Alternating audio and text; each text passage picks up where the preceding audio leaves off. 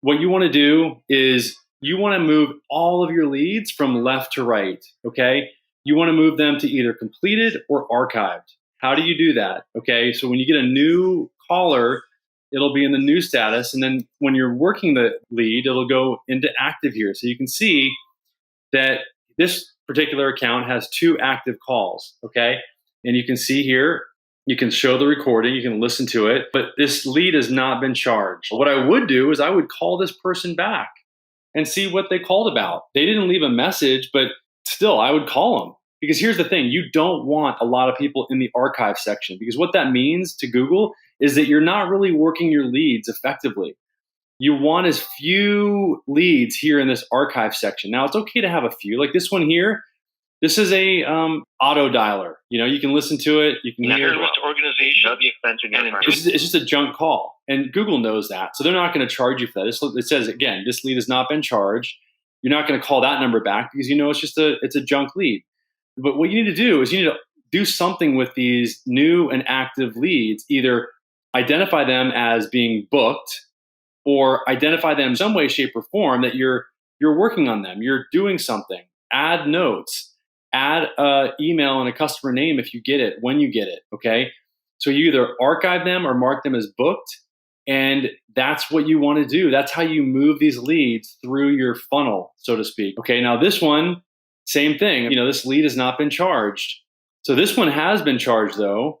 You can see this one, it's been charged because there was nothing identified here. It looked like it went to voicemail. You'll get charged for these if you don't identify them or move them into archived. I would call this person back as well, okay? And then see what's going on. I mean, you got to call these people back no matter what. The goal is to get them to completed or get them to archived if they're not good leads. Now, what you can do with this one is you can dispute it. You can dispute this call and say they didn't leave a message. The beauty of the system is you only pay for qualified leads. You don't pay for clicks, and you don't pay up front. That's the beauty of this. So that's how you really want to work the response time strategy there, okay? So what I'm going to do is I'm going to go down to reviews, since that's really the most important thing to actually get higher rankings here. Now, you've received reviews. These are all reviews that you've received from your Google My Business page, okay? But here's 2 reviews, or 2 people that are in the active status. So what they're saying is well, if they're active, you can ask for a review. So you click on that little link right there. If you have, obviously you have to have the person's email address, their name, their job type, the service location, and then you got to confirm that the client agreed to receive this email, and then you send it to ask for a review. That's how you ask for reviews. I would do that with everybody that you can that's here. Ask for reviews for everybody that you possibly can. Create those reviewable moments to get reviews. And then the other thing is the radius.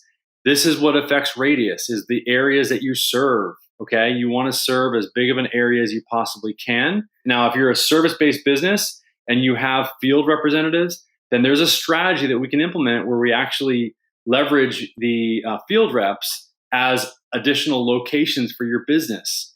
That will help you further actually rank in more areas, because that's the key is if somebody searches from their phone over here on the map and somebody is serving that area, but you're over here, then you're not going to get the lead.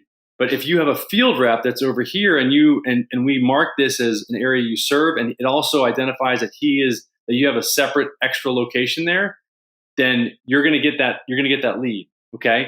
So I hope that makes sense. Let me know if you have any questions. Talk to you soon. And remember, reviews, response time, and radius. Those are the 3 things that help you get more leads on Google Local Services. All right, thanks.